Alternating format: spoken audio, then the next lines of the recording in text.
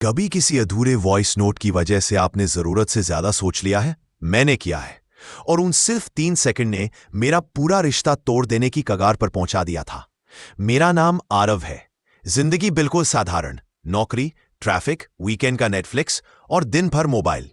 और मेरी जिंदगी का सबसे अहम हिस्सा मीरा। पिछले 2 साल से हम लॉन्ग डिस्टेंस रिलेशनशिप में हैं। वह मुंबई में नौकरी करती है, मैं पुणे में। पहले सब कुछ बिल्कुल परफेक्ट था। सुबह गुड मॉर्निंग कॉल, रात को लंबी बातें, बिना वजह भेजे हुए मीम्स और अचानक आई मिस यू वाले मैसेजेस।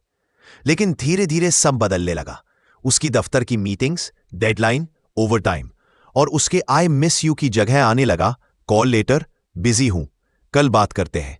मैं बाहर से कुछ नहीं कहता था, लेकिन भीतर ही भीतर ओवर थिंकिंग शुरू हो चुकी थी।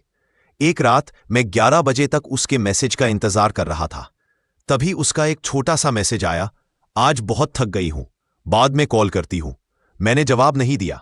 कुछ देर बाद एक नोटिफिकेशन आया, दिल को थोड़ी राहत मिली। मैंने बिना सोचे वॉइस नोट चला दिया। वो सिर्फ 3 सेकंड का था और उसमें बस इतना सुनाई दिया, अब उसके बिना रहना ही पड़ेगा। मैं सन्न रह गया। दिमाग बस उसी एक लाइन पर अटक गया, उसके बिना रहना ही पड़ेगा। वो किसके बारे में कह रही थी? क्या मेरे बारे में? क्या उसे किसी और से प्यार हो गया? क्या वो ब्रेकअप के बारे में सोच रही है? पिछले कुछ दिनों के सारे छोटे छोटे बदलाव अब मुझे संकेत जैसे लगने लगे। दिल कह रहा था पूछ ले, दिमाग कह रहा था नहीं, सच सुनने की हिम्मत नहीं है। इसी उलझन में मैंने अपने दोस्त करण को फोन किया। रात के 12 बजे उसने कॉल उठा लिया। मैंने पूरा मामला बताया और वॉइस नोट सुनाया। कुछ देर की चुप्पी के बाद उसने कहा, यार, सुनकर तो लग रहा है कि वो कोई बड़ा फैसला लेने वाली है। तू मानसिक रूप से तैयार रह। बस डर को शब्द मिल गए और ओवर थिंकिंग ने रफ्तार पकड़ ली। पूरी रात में ब्रेकअप मैसेज लिखता रहा, लिखकर डिलीट, फिर से लिखकर डिलीट, लेकिन भेजने की हिम्मत नहीं हुई। अगली सुबह आंखें सूजी हुई थीं। 9 बजे उसका मैसेज आया, गुड मॉर्निंग, कल बहुत देर हो गई थी, तुम सो गए थे क्या?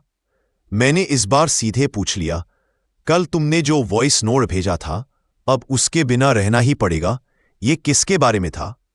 कुछ देर बाद उसका लंबा मैसेज आया, मैं मां से बात कर रही थी। मैंने कहा था, मुझे पता है अब उसके बिना रहना ही पड़ेगा, लेकिन मेरी नौकरी के लिए जरूरी है।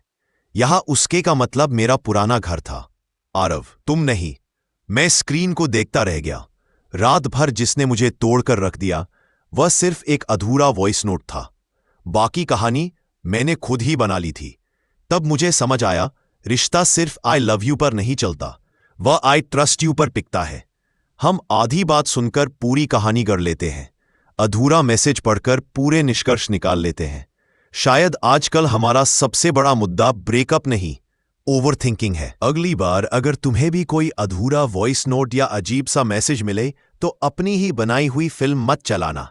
सीधे उस इंसान से पूछ लेना, हो सकता है तुम्हारा रिश्ता बस एक साधारण सी स्पष्टीकरण का इंतजार कर रहा हो। अगर तुम भी कभी ओवर थिंकिंग की वजह से तकलीफ में पड़े हो तो कमेंट में रिलेट लिख देना। और हां, शायद ये वीडियो किसी का रिश्ता बचा दे, इसलिए इसे शेयर जरूर करना।